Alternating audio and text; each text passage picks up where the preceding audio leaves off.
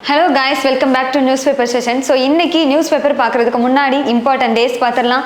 So இன்னைக்கு May 18 So May 18ல என்ன டே அப்படினா World AIDS Vaccine Day. World AIDS Vaccine Day. இல்ல அப்படினா இது எப்படி சொல்வாங்க அப்படினா HIV Vaccine Knowledge Day அப்படினு சொல்வாங்க. May 18ல World AIDS Vaccine Day observe பண்றாங்க. சரியா? சோ இது வந்து ஃபர்ஸ்ட் எப்போல இருந்து அப்சர்வ் பண்ண ஆரம்பிச்சாங்க அப்படினா 1988ல தான் என்ன பண்ணிருக்காங்க அப்படினா இந்த மாதிரி ஒரு டே வந்து அப்சர்வ் பண்ணனும் அப்படினு சொல்லி ஸ்டார்ட் பண்ணிருக்காங்க. இது யாரால அப்சர்வ் பண்ணப்படுது அப்படினா World Health Organization இருக்காங்க இல்லையா? சோ அவங்க தான் இந்த மாதிரி ஒரு டே அப்சர்வ் பண்ணனும்னு சொல்லி இனிஷியேட் பண்ணிருக்காங்க. சோ இது வந்து என்ன அப்படினா HIV வைரஸ் தாக்கி AIDS நோய் வரும் இல்லையா? சோ அதுக்கு வந்து வேக்சினே இல்ல அப்படிங்கிற மாதிரி தான் நமக்கு எல்லாருக்குமே நாலேஜ் So அதுக்கு அந்த வேக்சினை வந்து நாலேஜ் மக்களுக்கு கிரியேட் பண்ணனும். சோ அதுக்கு ஒரு வேக்சின் இருக்குங்கறத கிரியேட் பண்ணனும். சோ அதுக்காக தான் இந்த கண்டுபிடிச்சனால தான் என்ன சொல்லிப்பாங்க வேர்ல்ட் எய்ட்ஸ் வேக்சின் டே அப்படினு சொல்லி அப்சர்வ் பண்ணிருக்காங்க. சரியா? சோ இதுக்கான தீம்லாம் இன்னும் அனௌன்ஸ் பண்ணல. சோ அதனால டைரக்ட்டா நம்ம என்ன பண்ணிரலாம் அப்படினா நியூஸ்க்குள்ள போயிரலாம். நல்லா ஞாபகம் வச்சுக்கோங்க. May 18 வந்து என்ன டே அப்படினா வேர்ல்ட் எய்ட்ஸ் வேக்சின் டே. சரியா? சோ அடுத்து போலாம்.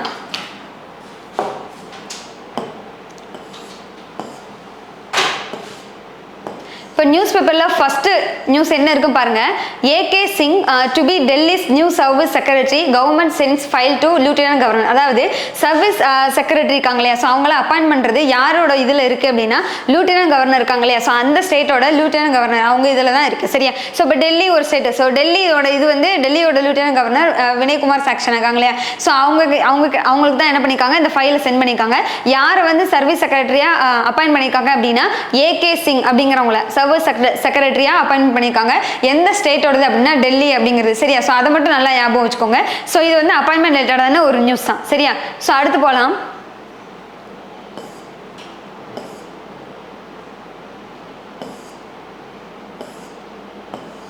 சோ அடுத்து பாத்தீங்கன்னா டைரக்டா எடிட்டோரியலா. சோ எடிட்டோரியல்ல என்ன கொடுத்திருக்காங்க அப்படினா ஃபர்ஸ்ட் என்ன நியூஸ் பாருங்க. Timely caution. சோ இது வந்து என்ன the top court has rightly cautioned probe agencies against the cross limits. இது வந்து எதை கொடுத்திருக்காங்க டாப் கோர்ட்னு எதை சொல்றாங்க அப்படினா சுப்ரீம் கோர்ட் இருக்குலையா சோ சுப்ரீம் கோர்ட் தான் டாப் கோர்ட் அப்படினு சொல்றாங்க.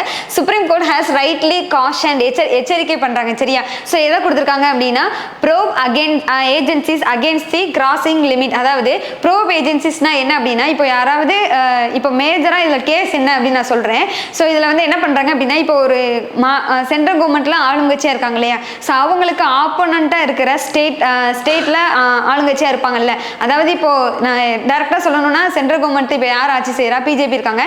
பிஜேபி இல்லாத பிற மாநிலங்கள்ல என்ன இருக்கும் அப்படினா வேற கட்சி வந்து ஆட்சி செய்வாங்க இல்லையா சோ ஆளுங்கட்சியா இருப்பாங்க. சோ அது அந்த இது மாதிரியும் சரி அதே நேரத்துல பிஜேபிக்கு ஆப்போசிட் ஆப்போனன்ட் கட்சி இருப்பாங்க இல்லையா சோ ஆளுங்கட்சிக்கு ஆப்போனன்ட் கட்சி எதிர்க்கட்சியா இருப்பாங்க இல்லையா சோ அவங்கள நோக்கி என்ன பண்ணப்படுது அப்படினா இன்வெஸ்டிகேஷன் ஏஜென்சிஸ் இருக்காங்க இல்லையா அவங்கள வந்து என்ன பண்றாங்க அப்படினா அதிகமா திருப்புறாங்க. சோ என்ன அப்படினா சோ இப்போ ஊழல் ஏதாவது நடக்குது அப்படினா சோ அவங்க மேல வந்து டக்குன்னு அந்த ரைடு சொல்வாங்கல்ல சோ ரைடு பண்றது சோ இது வந்து அதிகமா நடக்குது. சோ அவங்க வந்து லிமிட்டை வந்து கிராஸ் பண்ற மாதிரி இருக்குது. எது இந்த ப்ரோபிங் ஏஜென்சிஸ் வந்து ஒரு பயத்தை ஏற்படுத்துறாங்க கிராஸ் பண்ற மாதிரி இருக்கு அப்படின்னு சொல்றாங்க. சரியா? the top court has rightly cautioned probe agencies against the crossing limit. the supreme court exhortation அப்படினா என்ன அப்படினா எக்ஸ்ஹார்டேஷன் அப்படிங்கிறது வந்து ஒரு அறிவுரை கொடுக்கிறது ஒரு எச்சரிக்கை கொடுக்கிறது. சரியா? சோ the supreme court-ஓட எச்சரிக்கை to the enforcement director. இது வந்து அமலாக்கத்துறைன்னு சொல்வாங்க தமிழ்ல. சோ இந்த enforcement director கீழ தான் என்ன பண்ணுவாங்க அப்படினா இந்த மாதிரி ஒரு probing agencies செயல்படுவாங்க. இவங்க வந்து என்ன பண்றாங்க அப்படினா அது எல்லையை மீறுற மாதிரி இருக்கு. சோ அதிகபட்சமா என்ன பண்றாங்க அப்படினா ஆப்போனன்ட் பார்ட்டிஸ்ல உள்ள ஹையர் அத்தாரிட்டி இருப்பாங்க இல்லையா சோ ஒரு நல்ல பாப்புலர் பீப்புள் ஆப்போனன்ட் பார்ட்டில பாப்புலர் பீப்புள் இருப்பாங்க. சோ டக்குன்னு அவங்களுக்கு வந்து ரெய்டு மாதிரி போய் அவங்க இமேஜை டேமேஜ் பண்ற மாதிரி சோ இந்த மாதிரி நிறையவே நடந்துட்டு இருக்கு. சோ அது வந்து எப்படி என்ன கிரியேட் பண்ணுது அப்படின்னா மக்கள் மத்தியில ஒரு பயத்தை கிரியேட் பண்ற மாதிரி இருக்கு. சோ நீங்க வந்து என்ன பண்ணணும் அப்படின்னா கண்டிப்பா உங்களோட லிமிட் வந்து கிராஸ் பண்ற மாதிரி இருக்குது. சோ வந்து இப்போ ஒரு குறிப்பிட்ட ஒரு ஏஜென்சி இருக்காங்கன்னா அவங்க மேல பயத்தை கிரியேட் பண்ணக்கூடாது. சரியா? சோ நீங்க வந்து அதிகமா இது பண்றீங்க சோ அது பண்ணாம கொஞ்சம் லிமிட்டா இருங்க அப்படிங்கிற மாதிரி சுப்ரீம் கோர்ட் வந்து எச்சரிக்கை கொடுத்திருக்காங்க. சோ அதுதான் எனது ஃபர்ஸ்ட் நியூஸ்ல இருக்கு. சரியா? சோ அடுத்த எடிட்டோரியல்ல என்ன நியூஸ் இருக்கு அப்படின்னா predictable counter. சோ இது வந்து என்ன introspection will do India good in areas where it faces international criticism. So இது எதை பத்தி சொல்றாங்க அப்படின்னு சொல்லி பார்க்கலாம். ஸோ இது வந்து introspect will do India good in areas where it face international criticism. International லெவலில் கிரிட்டிசம் என்ன இருக்குது அப்படின்னா, இந்தியா மேலே என்ன இருக்குது அப்படின்னா, ஸோ நம்ம அந்த யுனைடெட் நேஷன், அதாவது யுனைடெட் நேஷன் கிடையாது, யூஎஸ்ஏ இருக்காங்க இல்லையா, ஸோ அவங்க வந்து ஒரு ரிப்போர்ட் ரிலீஸ் பண்ணியிருந்தாங்க. என்ன அப்படின்னா, நம்ம இந்தியாவில் வந்து என்ன பண்ணியிருந்தாங்க அப்படின்னா, அவங்க கொண்டு வர ஸ்கீமாக இருக்கட்டும், ஒரு பாலிசியாக இருக்கட்டும், எதை பேஸ் பண்ணி இருக்குது அப்படின்னா, அந்த மதத்தை பேஸ் பண்ணி இருக்குது அப்படிங்கிற மாதிரி சொல்கிறாங்க. ஸோ அதே நேரத்தில் குறிப்பிட்ட மதத்துக்கு தான் என்ன பண்ணுறாங்க அப்படின்னா அதிகமாக பெனிஃபிட் கொடுக்குற மாதிரி இருக்குது. அப்புறம் மைனாரிட்டி கம்யூனிட்டிஸ்க்குலாம் அந்த மாதிரி இல்லை, ஸோ நிறைய ப்ராப்ளம்ஸ் ஃபேஸ் பண்ணுறாங்க அப்படிங்கிற மாதிரிலாம் ஒரு ரிப்போர்ட் ரிலீஸ் பண்ணியிருந்தாங்க. சரி, இந்தியா ஒரு மதச்சார்பற்ற நாடு தான், ஆனால் இந்த மாதிரி பண்ணுறாங்க அப்படிங்கிற மாதிரி ரிப்போர்ட் ரிலீஸ் பண்ணியிருந்தாங்க. ஸோ அதை வந்து நம்மளுடைய கவர்மெண்ட் என்ன பண்ணியிருந்தாங்க, நம்ம எக்ஸ்டர்னல் அஃபேர்ஸ் மினிஸ்டராக இருக்கட்டும், ஸோ ஹையர் அத்தாரிட்டி இருப்பாங்கல்ல, அவங்க வந்து என்ன பண்ணியிருந்தாங்க அப்படின்னா, இது வந்து பொய்யான தகவல், ஸோ அதே நேரத்தில் இது வந்து அவங்கள தப்பாக புரிஞ்சுக்கிட்டு மிஸ் அண்டர்ஸ்டாண்டிங் பண்ணிட்டு இந்த மாதிரி ரிப்போர்ட் ரிலீஸ் பண்ணியிருக்காங்க அப்படிங்கிற மாதிரிலாம் சொல்லியிருந்தாங்க. சரியா, ஸோ அதான் கொடுத்துருக்காங்க. அதே நேரத்தில் பார்த்தீங்கன்னா ரிப்போர்ட்ல என்ன சொல்றாங்க, India is ranked 8th among the 162 countries on the risk of mass killing a serious allegations. Serious அலிகேஷன்ல அதிகமாக கொல்லப்படுறாங்க. ஸோ அந்த மைனாரிட்டி கம்யூனிட்டிஸாக இருக்கட்டும், ஸோ அந்த என்ன சொல்றது, ஸோ அந்த மாதிரி அதிகமாக இது பண்றதுல எத்தனாவது 162 கண்ட்ரீஸ்ல இந்தியா வந்து எத்தனாவது ரேங்கிங்ல இருக்கும் அப்படின்னா டாப் 10ல இருக்கும், டாப் 10க்குள்ள இருக்கும், எத்தனாவது 8th ரேங்க்ல இருக்கும் அப்படிங்கிற மாதிரி சொல்றாங்க. அதாவது இந்த ரிப்போர்ட் எல்லாம், அந்த ரிப்போர்ட் தான் இதெல்லாம் சொல்லுது. சரி, அந்த ரிப்போர்ட் எல்லாம் எப்படி நம்ம India higher authority and higher official minister இருப்பாங்கல்ல, எக்ஸ்டர்னல் அஃபேர்ஸ் மினிஸ்டராக இருக்கட்டும், ஸோ அதே மாதிரி அந்த ஸ்போக் பர்சன்லாம் இருப்பாங்களே, இந்தியாக்கான ஸ்போக் பர்சன், ஸோ அவங்களாம் என்ன சொல்கிறாங்க அப்படின்னா மிஸ் இன்ஃபர்மேஷன். ஸோ இந்த ரிப்போர்ட் வந்து எப்படி இருக்குது, எதை பேஸ் பண்ணி இருக்குது அப்படின்னா மிஸ் இன்ஃபர்மேஷன் அண்ட் ஃப்ளாட்னா என்னது, மிஸ்டேக்னு அர்த்தம், மிஸ்டேக் அண்டர்ஸ்டாண்டிங், அவங்கள தப்பாக புரிஞ்சுக்கிட்டனால தான் இந்த மாதிரி ரிப்போர்ட் ரிலீஸ் பண்ணியிருக்காங்க, ஸோ இதை நாங்கள் எதிர்க்கிறோம் அப்படிங்கிற மாதிரி சொல்கிறாங்க. சரியா, ஸோ இந்த மாதிரி நம்ம இந்தியாவை மட்டும் ஃபோக்கஸ் பண்ணி சொல்லலை, இவங்க நிறைய கண்ட்ரியை ஃபோக்கஸ் பண்ணி தான் சொல்கிறாங்க. ஸோ இது வந்து ஆச்சரியப்படுறதுக்கு இல்லை. சரி, அந்த கண்ட்ரி வந்து ஆப்போசிட்டாக இது எதிர்க்கிறாங்கல்ல, இது வந்து ஆச்சரியப்படுறதுக்கு இல்லை அப்படிங்கிற மாதிரி சொல்லியிருந்தாங்க. இது வந்து யார் ரிலீஸ் பண்ணா பாருங்க, US commission on the international religious freedom. So அவங்க தான் என்ன பண்ணிருக்காங்க, இந்த ரிப்போர்ட் ரிலீஸ் பண்ணிருக்காங்க, US commission on international religious freedom. சரியா, ஸோ அதை ஞாபகம் வச்சுக்கோங்க. ஸோ அதான் இந்த நியூஸ்ல ஓவராலா. நெக்ஸ்ட் என்ன சொல்றாங்க அப்படின்னா, mister Modi road to a letter, அதாவது இந்த மாதிரி இருக்கு அப்படின்னு அவங்க சொல்றாங்க, நம்ம அதுக்கு எதிர்ப்பு தெரிவிக்கிறோம். ஸோ அதே நேரத்தில் என்ன நடந்திருக்கு அப்படின்னா, மிஸ்டர் நரேந்திர மோடி இருக்காங்களே, ஸோ அவங்க prime minister Narendra Modi wrote in the letter. So யாருக்கு லெட்டர் எழுதியிருக்காங்க அப்படின்னா, resident of the Jammu Kashmir. So அவங்களுக்கு அங்க ஜம்மு காஷ்மீர்ல வாழ்ற ஒரு சாதாரண சிட்டிசன் இருப்பாங்கல்ல, அவங்களுக்கு என்ன லெட்டர் எழுதியிருக்காங்க அப்படின்னா, the world is done to India because of the natural and instinctive love Indian have the diversity. அதாவது என்ன அப்படின்னா, இந்தியா எல்லாரும் கவனமும் ஒரு இந்தியா மேல திரும்பி இருக்கும். இப்போ பார்த்தீங்க அப்படின்னா மற்ற கண்ட்ரி, அதாவது வேற கண்ட்ரி எடுத்துக்கிட்டீங்கன்னு வச்சுக்கோங்களேன், உதாரணத்துக்கு சைனா எடுத்துக்கிட்டீங்க அப்படின்னா, சைனா வந்து எல்லாருமே சைனீஸ் மொழி மட்டும் தான் பேசுவாங்க, எல்லாருமே ஒரே கல்ச்சர் தான் ஃபாலோ பண்ணுவாங்க. ஸோ அந்த மாதிரி தான் ஒரே ட்ரெடிஷன் தான் அவங்களுக்கு இருக்கும். பட் இந்தியா அப்படின்னு எடுக்கும்போது ஒவ்வொரு ஸ்டேட்டுக்குமே ஒவ்வொரு கல்ச்சர், ஒவ்வொரு மொழி, ஒவ்வொரு இது, சரியா, ஸோ ஒவ்வொரு ட்ரெடிஷன் இருக்கும். சரியா, இப்போ இந்த மாதிரி டைவர்சிட்டியாக இருக்கும், ஆனால் நம்ம ஒற்றுமையாக இருக்கும். ஸோ நம்ம இந்தியா வந்து எல்லாருடைய இப்போ உலக லெவலில் இவங்க எப்படி இப்படி இருக்காங்க, ஸோ அந்த மாதிரி ஒரு இது இருக்கும்ல, ஒரு தாட் இருக்கும்ல, ஸோ அந்த மாதிரி இந்தியா மேலே எல்லாரோட கவனமும் திரும்பி இருக்கு அப்படின்னு சொல்கிறாங்க. ஸோ அதே நேரத்தில் நாங்கள் வந்து என்ன பண்ணணும் அப்படின்னா, நாங்கள் வந்து இது பண்ணலை, மைனாரிட்டிக்கு ஆப்போசிட்டாக நாங்கள் எதுவுமே பண்ணலை, அந்த மாதிரி எதுவும் பண்ணலை. ஸோ அதையும் நம்ம வந்து என்ஷூர் பண்ணணும் அப்படிங்கிற மாதிரி சொல்லியிருக்காங்க. பாருங்களேன், the government must find more comprehensive ways to repudiate any unfounded and incorrect challenges. ஏதாவது ஒரு தப்பான ஒரு சேலஞ்சஸ் வந்தாலுமே நாங்கள் வந்து அதை ஃபேஸ் பண்ணுறதுக்கு ரெடியாக இருக்கணும் அப்படிங்கிற மாதிரி சொல்லுவாங்க. Challenges to India's reputation and remediate in the areas it is found wanting. அது எந்த இடத்துல தேவைப்படுதோ அந்த இடத்துல கரெக்டாக என்ன பண்ணணும் அப்படின்னா, நம்மளோட ரெப்புடேஷன், நம்மளோட இமேஜை டேமேஜ் ஆகாமல் பார்த்துக்கணும் அப்படிங்கிற மாதிரி சொல்கிறாங்க. சரியா, ஸோ இந்த மாதிரி சேலஞ்சஸ் வரதான் செய்யும், அதாவது இந்த மாதிரி ரிப்போர்ட் வரதான் செய்யும், நம்ம தான் அதை வந்து ஃபேஸ் பண்ணி அடுத்த இதுக்கு போகணும் அப்படிங்கிற மாதிரிலாம் சொல்கிறாங்க. சரியா, ஸோ அதான் இங்கே இந்த எடிட்டோரியல் கொடுத்துருக்காங்க. ஸோ அடுத்து போகலாம்.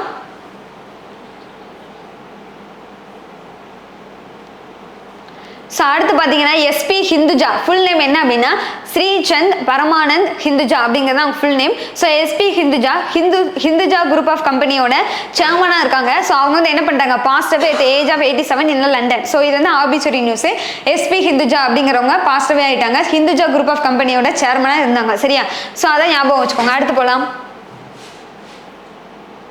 ஸோ அடுத்து பார்த்தீங்கன்னா இது வந்து கேபினெட் அப்ரூவல். ஸோ இது வந்து கண்டிப்பாக நேஷனல் அஃபேர்ஸ்லேயே வரும், ஃபர்ஸ்ட் நியூஸாக இதுதான் வரும் நேஷனல் அஃபேர்ஸில்.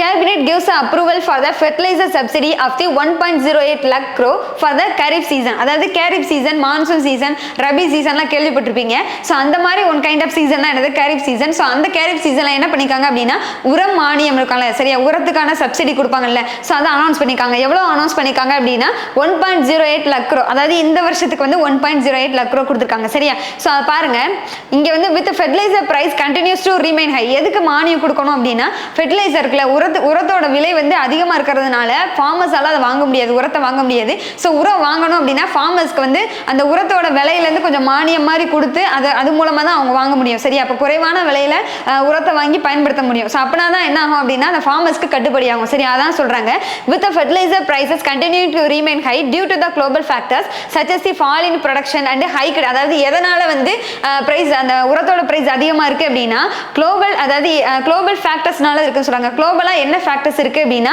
ப்ரொடக்ஷன் வந்து கம்மியா இருக்கு, அதே நேரத்தில் லாஜிஸ்டிக் காஸ்ட் இருக்குல்ல அது வந்து அதிகமா இருக்கு, especially due to the Ukraine Russia war, அந்த உக்ரைன் சிச்சுவேஷன் அதை தான் சொல்றாங்க. சரியா, இதனால இந்த மாதிரி குளோபல் ஃபேக்டரால தான் உரத்தோட விலை அதிகமா இருக்கு அப்படின்னு சொல்றாங்க. சென்டர் வந்து நம்ம சென்ட்ரல் கவர்மெண்ட் இருக்காங்களே அவங்க என்ன எக்ஸ்பெக்ட் பண்ணலாம், அவங்க கிட்ட என்ன எக்ஸ்பெக்ட் பண்ணலாம் அப்படின்னா இந்த வருஷம் சரியா this year fertiliser subsidy to cross எவ்வளவு கிராஸ் ஆகும் அப்படின்னு எக்ஸ்பெக்ட் பண்றாங்க அப்படின்னா 2.25 lakh crore வரை கிராஸ் ஆகிறதுக்கான வாய்ப்பு இருக்கு அப்படிங்கிற மாதிரி சொல்றாங்க. சரி, எக்ஸ்பெக்ட் பண்றாங்க. பட் கொடுத்தது வந்து எவ்வளவுனா 1.08 lakh crore subsidy for the ongoing இப்போ போய்கிட்டு இருக்க இந்த சீசன் கேரட் சீசனுக்கு மட்டும் எவ்வளவு அப்படின்னா 1.08 lakh crore. சரி, அதை மட்டும் நல்லா ஞாபகம் வச்சுக்கோங்க. இது யார் அனௌன்ஸ் பண்றா இந்த மாதிரி நியூஸை வந்து யார் நமக்கு சொல்றா, அது எந்த டிபார்ட்மெண்ட்டுக்கு எந்த மினிஸ்டர் கீழே இருக்கு அப்படின்னா minister of the chemical and fertiliser அந்த மினிஸ்டர் கீழே இருக்கு. மினிஸ்டர் யார் அப்படின்னா மன்சுக் மாண்டவியா இருக்காங்களே அவங்க தான் மினிஸ்டர். ஸோ அப்போ minister of the health and family வெல்ஃபேருக்கு யாரு அப்படின்னா அவங்களும் மன்சுக் மாண்டவியா தான். ஸோ ஒரே மினிஸ்டருக்கு 2 போர்ட்ஃபோலியோ கொடுத்துருக்காங்க. ஸோ அதை ஞாபகம் வச்சுக்கோங்க. சரியா, ஸோ அடுத்து பார்த்தீங்க அப்படின்னா 38,000 crore வில் சப்சிடைஸ் அந்த குறிப்பிட்ட பர்டிகுலர் ஃபெர்டிலைசருக்கு இவ்வளோ அமௌண்ட் அப்படின்னு கொடுத்துருக்காங்க. பாருங்க 38,000 crore எந்த இதுக்கு அப்படின்னா பாஸ்பாட்டிக் அண்ட் பொட்டாசிக் அந்த பாஸ்பாட்டிக் அண்ட் பொட்டாசிக் ஃபெர்டிலைசருக்கு வந்து 38,000 crore வந்து கொடுத்துருக்காங்க. அதே நேரத்தில் வந்து என்ன கொடுத்துருக்காங்க அப்படின்னா 70,000 crore வந்து எது கொடுத்துருக்காங்க அப்படின்னா யூரியா சப்சிடி, யூரியா உரம் இருக்கு இல்லையா அதுக்கு மட்டும் 70,000 crore கொடுத்துருக்காங்க. சரியா, last year total fertiliser subsidy வந்து எவ்வளோ இருந்துச்சு அப்படின்னா 2.56 lakh crore வரை இருந்துச்சு. சரியா, ஸோ இந்த வருஷத்துக்கு எவ்வளோ எக்ஸ்பெக்ட் பண்றாங்க அப்படின்னா 2.25 lakh crore இருக்கும்னு எக்ஸ்பெக்ட் பண்றாங்க. பட் எவ்வளவு கிராஸ் ஆகுதுன்னு தெரியல. சரியா, கிராஸ் ஆனதுக்கப்புறம் பார்க்கலாம். சரியா, ஸோ அதான் இது வந்து நேஷனல் நியூஸ்ல கூட கண்டிப்பா வரும். இது வந்து யூனியன் கேபினெட் அப்ரூவல். ஸோ கேபினெட்டோட சேர்மன் வந்து யாரு அப்படின்னா நம்மளோட பிரைம் மினிஸ்டர் நரேந்திர மோடி தான். சரியா, அதை மறந்துடாதீங்க. ஸோ அடுத்து போகலாம். ஸோ அடுத்து பார்த்தீங்க அப்படின்னா பிஸ்னஸ் நியூஸ்ல centre more then double C outlay on PLI என்ன ப்ரொடக்ஷன் லிங்க்டு இன்சென்டிவ் அதான் என்ன சொல்லுவாங்க PLI அப்படின்னு சொல்லுவாங்க. இது வந்து என்ன அப்படின்னா இப்போ நீங்கள் மேனுஃபேக்சரிங் செக்டரில் இந்தியாவில் வந்து மேனுஃபேக்சரிங் செக்டரில் அதிகமாக இன்வெஸ்ட் பண்ணி அதிகமாக ப்ரொடக்ஷன் கொடுத்தீங்க அப்படின்னா அதுக்கு ஒரு இன்சென்டிவ் தருவாங்க. சரி, அதான் என்னது PLI அப்படின்னு சொல்லுவாங்க. இப்போ சென்டர்னா இது சென்ட்ரல் கவர்மெண்ட் மோர் தென் டபுள் சி என்ன பண்ணியிருக்காங்க PLI இன்சென்டிவ் கொடுக்குறத ஏற்கனவே இருந்ததை விட டபுள் பண்ணதுக்கும் மேலே மோர் தென் டபுள் அவுட்லே கொடுக்குறாங்க. சரியா, யாருக்கு கொடுக்குறாங்க, எந்த செக்டர் கொடுக்குறாங்க அப்படின்னா ஃபார் ஐடி ஹார்ட்வேர் டு எவ்வளோ அப்படின்னா ஐடி ஹார்ட்வேர் ரிலேட்டட். ஐடி ஹார்ட்வேர்னா என்னது எலக்ட்ரானிக்ஸ் சம்மந்தமான ப்ராடக்ட்ஸ் தான் ஐடி ஹார்ட்வேர்ல அதிகமாக இருக்கும். ஸோ அதை மேனுஃபேக்சர் பண்ணுறது. சரி, எலக்ட்ரானிக்ஸ் சம்மந்தமான ப்ராடக்ட்டை மேனுஃபேக்சர் பண்ணுறது ப்ரொடக்ஷன் அதிகமாக கொடுத்தா ஸோ அதுக்கு வந்து இன்சென்டிவ் அதிகமாக கொடுப்பாங்க. சரியா, ஸோ எவ்வளோ கொடுக்குறாங்க அப்படின்னா 17,000 crore வந்து கொடுக்காங்க. ஸோ அதை ஞாபகம் வச்சுக்கோங்க. சரியா, ஸோ 17,000 crore இது வந்து யார் சொல்கிறா அப்படின்னா minister of electronics and information technology இருக்காங்க இல்லையா அவங்களுக்கு கீழே தான் வருது. சரியா, இப்போ ஐடி ஹார்ட்வேர்னா எலக்ட்ரானிக்ஸ் ஞாபகம் வச்சுக்கோங்க. இப்போ எலக்ட்ரானிக்ஸ் ப்ராடக்ட் தான் எந்த மினிஸ்டர் வருவாங்க அப்படின்னா எலக்ட்ரானிக் இன்ஃபர்மேஷன் டெக்னாலஜி அந்த மினிஸ்டர் தான் வருவாங்க. சரியா, சோ அப்ப அஸ்வினி வைஷ்ணவ் வந்து அனௌன்ஸ் பண்றாங்க. சரியா, electronic manufacturing in India has witnessed consistent growth. அதாவது கடந்த 8 வருஷமா கன்சிஸ்டன்ட்டா நம்ம growth காமிச்சிட்டு இருக்கோம். எதுல அப்படின்னா அந்த எலக்ட்ரானிக்ஸ் மேனுஃபேக்சரிங்ல எலக்ட்ரானிக்ஸ் காம்போனன்ட் மேனுஃபேக்சரிங்ல எவ்வளவு அப்படின்னா 17% அப்படிங்கறத ஞாபகம் வச்சுக்கோங்க. This year crossed a major benchmark in ப்ரொடக்ஷன்ல வந்து இந்த வருஷம் எவ்வளவு கிராஸ் ஆயிருக்கு அப்படின்னா அதாவது இந்த வருஷம் நம்ம எவ்வளவு மதிப்புள்ள அமௌண்ட் ஆஃப் இதை வந்து நம்ம என்ன பண்ணிருக்கோம் மேனுஃபேக்சர் பண்ணிருக்கோம் அப்படின்னா $105 billion அந்த மதிப்புக்கு நம்ம மேனுஃபேக்சர் பண்ணிருக்கோம் ப்ரொடக்ஷன் பண்ணிருக்கோம் அப்படின்னு சொல்றாங்க. சரியா, அப்புறம் பாத்தீங்கன்னா இந்த ஸ்கீம் இருக்கு இல்லையா சோ இந்த மாதிரி ஒரு ஸ்கீம் மூலம் அந்த ப்ரொடக்ஷன் லிங்க்டு இன்சென்டிவ் ஸ்கீம் இருக்கு இல்லையா இந்த scheme provides upwards of 4% incentive. அதாவது கொடுக்குற இன்சென்டிவ்க்கு மேல ஒரு 4% இன்சென்டிவ் கொடுப்பாங்க. யாருக்கு கொடுப்பாங்க அப்படின்னா for incremental investment in domestic manufacturing. அதாவது அவங்க அதிகமா இன்வெஸ்ட் பண்ணாங்கன்னா அந்த டொமஸ்டிக் மேனுஃபேக்சரிங் இப்போ உள்நாட்டிலேயே மேனுஃபேக்சரிங் ஃபேக்டரி இருக்கும்ல அதுல இன்வெஸ்ட் பண்றது அதிகமா பண்ணாங்க அப்படின்னா அவங்களுக்கு இன்சென்டிவ் கொடுப்பாங்கல்ல அது வந்து 4% அதிகமா கொடுப்பாங்களா. சரியா, சோ லைக் எந்தெந்த கம்பெனி அப்படின்னா டெல் கம்பெனி, அப்புறம் ஃப்ளெக்ஸ்ட்ரானிக் அப்படிங்கிற கம்பெனி. ஸோ இந்த மாதிரி கம்பெனி இருக்குல்ல, ஸோ இந்த மாதிரி கம்பெனியில் அதிகமாக நீங்கள் இன்வெஸ்ட் பண்ணீங்க அப்படின்னா அதில் வர்ற ப்ரொடக்ஷன் லிங்க்டு இன்சென்டிவ் வந்து 4% அதிகமாக கொடுப்பாங்க. ஸோ அதை சொல்கிறாங்க. அப்புறம் including the optional incentive, so ஆப்ஷனலாக இருக்கும். ஸோ இதுக்கு டோட்டல் இன்சென்டிவ் அமௌண்ட் எவ்வளோனா 8 to 9% அவங்க வாங்குவாங்கல்ல, ஸோ அவங்களுக்கு ஆப்ஷனல் இருக்கும் அப்படிங்கிற மாதிரி சொல்கிறாங்க. சரியா? ஸோ அடுத்து போகலாம். ஸோ அடுத்து இன் பிரீஃபில் ஒரு நியூஸ் இருக்குது பாருங்க. Switzerland group bags order for 99 megawatt wind energy project. இது வந்து என்ன அப்படின்னா விண்ட் எனர்ஜி ப்ராஜெக்ட். அப்படி அந்த ப்ராஜெக்ட்கானது எவ்வளோ, அதோட கெப்பாசிட்டி 99 மெகாவாட் விண்ட் எனர்ஜி. சரியா? ஸோ விண்ட் எனர்ஜி மூலமாக ரெனியூபிள் எனர்ஜி இது பண்ணுறது இம்ப்ரூவ் பண்ணுறதுக்காக விண்ட் எனர்ஜி ப்ராஜெக்ட்டை யார் கொடுத்துருக்காங்க அப்படின்னா சுவிட்சர்லாந்து குரூப் ஆஃப் கம்பெனி கொடுத்துருக்காங்க. அவங்க வந்து என்ன பண்ணணும் அப்படின்னா இந்த விண்ட் டர்பைன் இருக்கு இல்லையா, ஸோ அதை வந்து விண்ட் டர்பைன் ஜென்ரேட்டர் அதை வந்து மேனுஃபேக்சர் பண்ணி தரணும். சரியா? Switzerland group announced it had received an order from the எந்த கம்பெனில இருந்து உங்களுக்கு ஆர்டர் வந்திருக்கு அப்படின்னா விப்ரன் எனர்ஜி அப்படிங்கிற கம்பெனில இருந்து தான் இந்த மாதிரி எங்களுக்கு வந்து கெபாசிட்டிக்குள்ள அந்த என்னது விண்ட் டர்பைன் ஜெனரேட்டர் வந்து மேக் பண்ணி தரணும் அப்படிங்கிற மாதிரி சொல்றாங்க. சரியா? ஒவ்வொரு சீரிஸ்மே பாருங்களேன் இங்க கொடுத்துருக்காங்க. விப்ரன் எனர்ஜி தான் என்ன பண்றாங்க, சுவிட்சர்லாந்து குரூப் ஆஃப் கம்பெனிக்கு ஆர்டர் கொடுக்குறாங்க. சரியா? ஸோ எவ்வளவுக்கு 33 wind turbine generator, 33 wind turbine generator நீங்க வந்து ஜெனரேட் பண்ணணும். ஒரு விண்ட் டர்பைன் ஜெனரேட்டருக்கு இது வந்து கெபாசிட்டி எவ்வளவு இருக்குன்னா 3 மெகாவாட் இருக்கணும் அப்படின்னு சொல்றாங்க.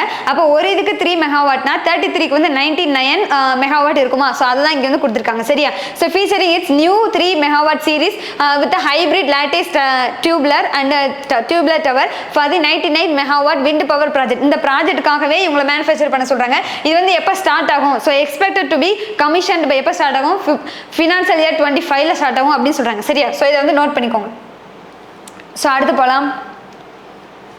அடுத்து இந்தியா EU அப்படிங்கிறது என்ன அப்படின்னா யூரோப்பியன் யூனியன் இருக்காங்களா, ஸோ இந்தியாவும் யூரோப்பியன் யூனியனும் explore the ways to resolve the carbon border tax. இது வந்து என்ன அப்படின்னா யூரோப்பியன் யூனியன் வந்து என்ன பண்ணியிருந்தாங்க அப்படின்னா ஸோ எந்த ப்ராடக்ட்லாம் அதாவது யூரோப்பியன் யூனியன் வந்து நிறையவே எக்ஸ்போர்ட் பண்ணுவாங்க வேற கண்ட்ரிலேருந்து. ஸோ இந்த மாதிரி வேற கண்ட்ரிலேருந்து நிறைய ப்ராடக்ட் எக்ஸ்போர்ட் பண்ணுறாங்களா, ஸோ அந்த ப்ராடக்ட் இருக்குல்லையே ஸோ அதிகமாக கார்பன் வந்து எமிட் பண்ணுச்சு அப்படின்னா அந்த ப்ராடக்ட் மேலே டாக்ஸ் விதிப்பாங்க அப்படிங்கிறதா என்ன அப்படிங்கிறத ஒரு ஸ்கீம், ஒரு இனிஷியேட்டிவா யூரோப்பியன் யூனியன் கொண்டு வந்தாங்க. சரியா? ஸோ அதில் நிறைய கண்ட்ரிஸ்க்குமே என்ன இருக்கும் அப்படின்னா கொஞ்சம் ஸ்ட்ரகிள் தான். ஏன் அப்படின்னா நம்ம இந்தியா முழுக்க எதை நம்பி இருக்கோம், அதிகமாக அந்த யூரோப்பியன் யூனியனுக்கு வந்து நம்ம எதை எக்ஸ்போர்ட் பண்ணுறோம் அப்படின்னா ஸ்டீல் ரிலேட்டட் ப்ராடக்ட் இருக்கு இல்லையா, ஸோ அதை தான் நம்ம அதிகமாக எக்ஸ்போர்ட் பண்ணுறோம். ஸோ இந்த ஸ்டீல் ரிலேட்டட் ப்ராடக்ட்ல அதிகமாக கார்பன் ரிலீஸ் ஆகும். சரியா? ஸோ அந்த மாதிரி பண்ணும்போது நம்மளோட எக்கனாமிக் வந்து என்ன ஆகும், வீக் ஆகிறதுக்கு வாய்ப்பு இருக்குது. அவங்க அதிகமாக டேக்ஸ் போட்டாங்கன்னா அந்த டேக்ஸ் நம்ம கட்ட முடியாதுல்ல, ஸோ அது வந்து கொஞ்சம் கஷ்டமாக இருக்குது. ஸோ நம்ம வந்து என்ன பண்ணுறோம் அப்படின்னா நம்ம சைடில் வந்து கொஞ்சம் பேசுறதுக்கு போகிறோம். சரியா? ஸோ ரெண்டு சைட்லயும் பேசினாதானே அந்த பிரச்சனைக்கு முடிவு வரும். சாததான். சரியா? India European Union explore ways to resolve the carbon border tax. சரியா? ஸோ இப்போ நம்மளுடைய இந்தியா சார்பாக யார் போறா அப்படின்னா எக்ஸல் அஃபேர்ஸ் மினிஸ்டர் இருக்காங்களா ஜெய்சங்கர் அவங்களும், அதே நேரத்தில் காமர்ஸ் அண்ட் இண்டஸ்ட்ரி மினிஸ்டர் யார் அப்படின்னா பியூஷ் கோயல். இவங்க ரெண்டு பேரும் தான் அந்த யூரோப்பியன் யூனியன் ஹெட் கூட பேச போறாங்க. சரியா? So union minister Piyush Goyal with theory Britain European union commissioner யாரு, கமிஷனர் ஃபார் இன்டர்நேஷனல் மார்க்கெட். இந்த தியரி பிரிட்டன் இருக்காங்கல்ல, ஸோ இவங்க தான் அதுக்கான கமிஷனரா இருக்காங்க. சரியா? கமிஷனர் ஃபார் இன்டர்நேஷனல் மார்க்கெட் அதுக்கு. சரி, எங்க வச்சு மீட் பண்றாங்க, ப்ரூசல் பெல்ஜியம்ல நெக்ஸ்ட் வீக் வந்து நடக்கும் அப்படிங்கிற மாதிரி சொல்லியிருக்காங்க. சரியா? The EU is இந்தியாவோட செகண்ட் லார்ஜஸ்ட் ட்ரேடிங் பார்ட்னர். இந்தியாவோட செகண்ட் லார்ஜஸ்ட் ட்ரேடிங் பார்ட்னர் யாரு அப்படின்னா யூரோப்பியன் யூனியன் அப்படிங்கிறத ஞாபகம் வச்சுக்கோங்க. as well as second largest export market, நம்ம இங்க இருந்து அதிகமாக எக்ஸ்போர்ட் பண்ணுவோம் இல்லையா, அது செகண்ட் யாரு அப்படின்னா யூரோப்பியன் யூனியன். சரியா? ஸோ நீங்க வந்து என்ன பண்ணுங்க, ஃபர்ஸ்ட் யாரு அப்படிங்கிறத பார்த்து கமெண்ட் பண்ணுங்க. ஓகேயா? ஸோ அடுத்து போகலாம். ஸோ அடுத்த ஸ்போர்ட்ஸ்ல ஒரு நியூஸ் வந்திருக்கு பாருங்க. ஜோதி ஹர்டல்ஸ். இங்க வந்து ஹர்டல்ஸ் அப்படிங்கிறது என்ன அப்படின்னா நீங்க வெறுப்புன்னு எடுத்துடக்கூடாது. சரியா? ஹர்டல்ஸ்னா கஷ்டப்படுறாங்க அதெல்லாம் கிடையாது. ஹர்டல்ஸ்ங்கிறது ஒன் கைண்ட் ஆஃப் கேம். சரியா? ரன்னிங்ல ஹர்டல்ஸ் ரன்னிங் அப்படின்னு ஒரு கேம் இருக்கு. ஸோ அதுல ஜோதி இருக்காங்களா, ஸோ அவங்க என்ன பண்ணிருக்காங்க, அச்சீவ் பண்ணிருக்காங்க. சரியா? Jyothi hurdles her way to a new meet record. So அவங்க நியூ ரெக்கார்ட் செட் பண்ணிருக்காங்க. இப்போ நேத்தே இந்த நியூஸ் பார்த்தோமா, அதோட கண்டினியூ தான் இது. சரியா? இப்போ 26 national federation cup athletics championship எங்க நடக்குது அப்படின்னா ஒடிஷால அந்த ஹாக்கி ஸ்டேடியம் இருக்கு இல்லையா, பிஸ்ராமுண்டா ஹாக்கி ஸ்டேடியம், அங்கதான் நடக்குது. சரியா? ஸோ அதுல வந்து ஜோதி இருக்காங்களா, அவங்க வந்து வின் பண்ணிருக்காங்க சொல்றாங்க. சரி, இதுல 100 மீட்டர் ஹர்டல்ஸ்ல ஜோதி யாராஜி அப்படிங்கிற ஃபுல் நேம் ஜோதி யாராஜி. ஸோ அவங்க வின் பண்ணியிருக்காங்க. மென்ஸ்ல 110 மீட்டர் ஹர்டல்ஸ்ல யார் அப்படின்னா தேஜஸ் அசோக் சிர்ஸ். இவங்க தான். சரியா? தேஜஸ் அசோக் சிர்ஸ் அப்படிங்கிறவங்க. ஹேமர்ல யார் வின் பண்ணியிருக்காங்க, டேம்னீத் சிங் அப்படிங்கிறவங்க வின் பண்ணியிருக்காங்க. சரியா? ஸோ இதை மட்டும் பாருங்க, அது எந்த ஸ்டேடியம், எத்தனாவது எடிஷன், யார் வின் பண்ணியிருக்கா, ஸோ அதை மட்டும் பார்த்தாலே போதும். ஓகேயா? ஸோ அடுத்து போகலாம். ஸோ அவ்வளோதான் guys, இன்னைக்கான எல்லா நியூஸ்லேயும் முடிஞ்சிருச்சு. நெக்ஸ்ட் ஒரு இன்ட்ரெஸ்டிங் கண்டென்ட்டோட நான் உங்களை மீட் பண்ணுறேன். Thank you so much.